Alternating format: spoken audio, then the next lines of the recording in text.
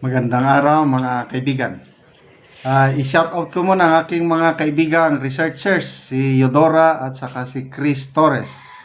Palagi nila akong pinapadalahan ng mga post, videos, and articles, kaya nakakagawa ko ng maraming vlogs. So, salamat sa inyo, Eudora and Chris. So ito, gusto kong i-share sa inyo ang post ng 89.3 Brigada News FM Cotabato. Nagbisita pala si BP Sara sa Cotabato. Basahin ko ang caption nila. BP Sara nasa Cotabato City ngayong umaga sa kanilang sub-office o yung satellite office.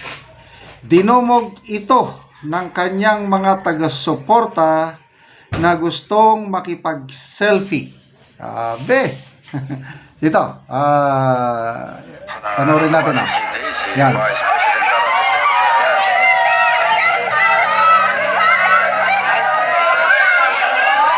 Nakakatis yung kanyang mga supporters.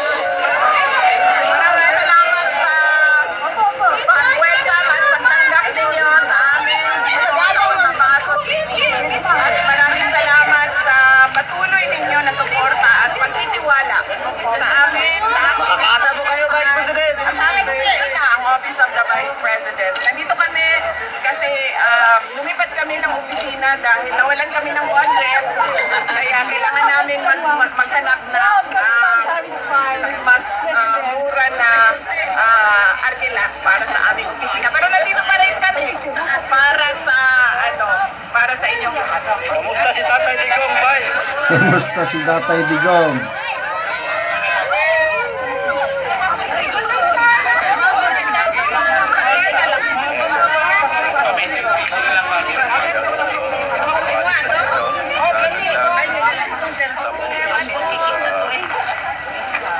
Cotabato City, ayan.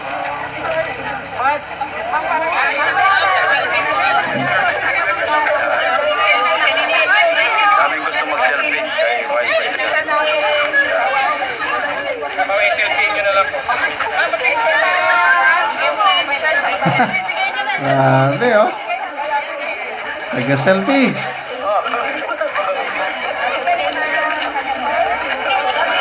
Wala. Nag-selfie, oh. Kaswerte nila eh.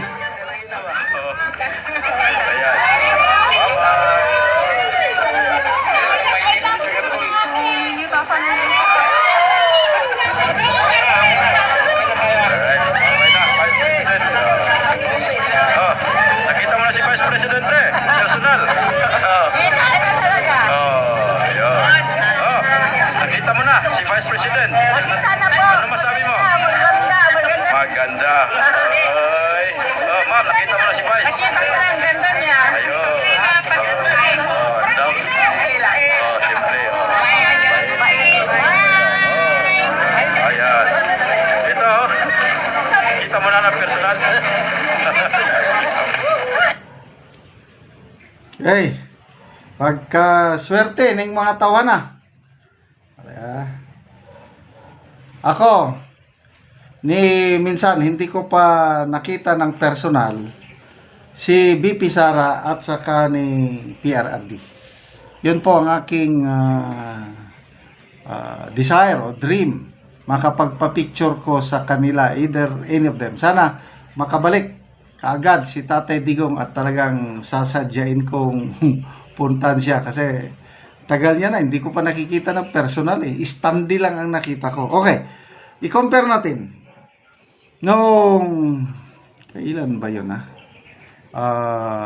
April 2, kung di ako nagkakamali, naka-schedule na si PBB magbisita sa Cotabato. Announce na yan. Kailang biglang na-cancel. Okay?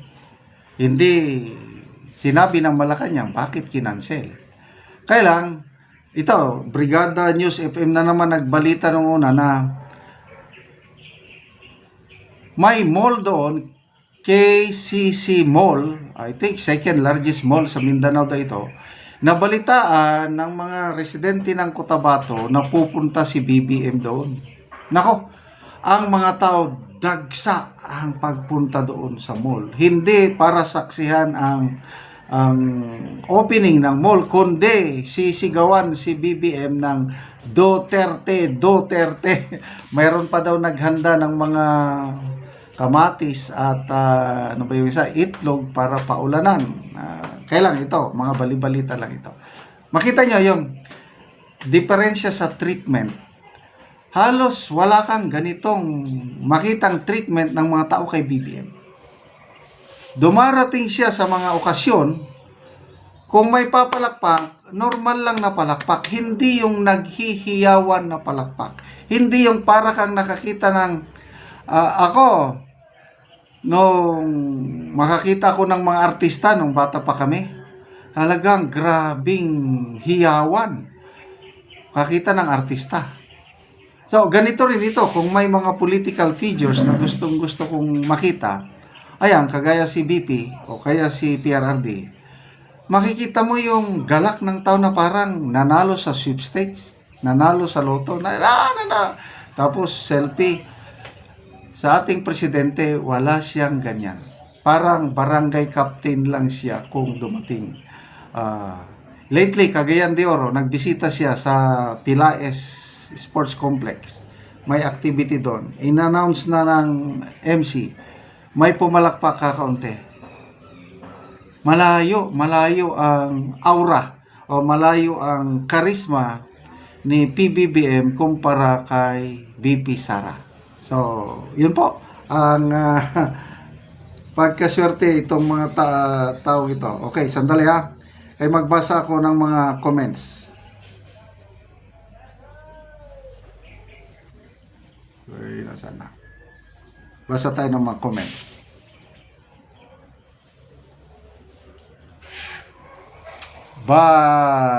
Krisya Dimaokom, saan siya dito sa Cotabato po? Nagtatanong. Sahib Kantan, walang maasahan ang Mindanao kundi taga Mindanao din. Solid Duterte tayo, makasigurado tayo. Hiyumahana, hindi mapapagkaila, mahal ng buong bayan talaga ang mga pamilya Duterte. Kaya for the win na yan. Omi Tunggal, BP, ipromote mo na rin yung buhaya ng Cotabato na nagpirma ng impeachment mo na nagtraidor sa iyo. Makakaharap pa kaya siya sa inyo? Sino kaya itong buhaya ng Cotabato? Morat Sama Kudong, wow, we support you, Sara Duterte. Solid kami sa Cotabato City. Alam ko yan. Basta mga kapatirang Muslim. Minsan nasa airport ako. Biglang may lumapit. Sir, supporter mo ako. Pwede bang magpa-litrato? So, litrato kami. Mamaya, pinakita niya yung ID niya. Nako, Office of the President. Sabi ko, nagtatrabaho siya sa Office of the President. And by the way, Muslim siya. Kailang maka-Duterte? Kasi Duterte ang aking mga topics. Maka-Duterte ako. So, Duterte rin siya. Nabigla ko, pakita niya ang ID niya, Office of the President. So, marami talagang nagmamahal na mga kapatirang Muslim natin sa mga Duterte. Salamat po sa inyong pagmamahal. Okay, salamat mga kaibigan sa inyong pagsubaybay sa ating channel. Nakakatulong kayo ng malaki sa tribong Talandig ng Bukidnon dahil ang sweldo po natin sa channel na ito ay nilalaan natin pagtulong sa tribo. Namimigay tayo ngayon ng mga yero at pako para ma-repair ang sira-sirang bahay ng tribong Talandig. Panoorin nyo ang video na ito. Upod ni ang natabangan na magyero. So ako silang bisitahon. Ayo! Maayong udto. Oo. Oo, sige. Ug karon mao na ni ang nahatag sa ila nga yero. So nakaatop na gid sila. So nindot na gid nga tan-awon. So karon unsa imong maistorya bahin sa nahatag sa inyo nga yero ug karon maayo na ang inyong atop. Nagpasalamat ko sa Ginoo og sa nagtan-aw sa video. Og sa nag-sponsor ani nga matagaan mi kay para dili na mi maulanan. Og nang hinaot usab ko nga dagan pang matabangan kay dagan pa ang nanginhanglan. Og dili pud mi makabalay kung wala mi na tagaan ani kay karon nga panahon lisod jud kaayo. Munang nagpasalamat jud ko kay naay nag-sponsor ani nga siya gyud ang gihikap sa Ginoo nga siya mohatag sa amo og yero. Mm. Og salamat jud kaayo. Sige, salamat.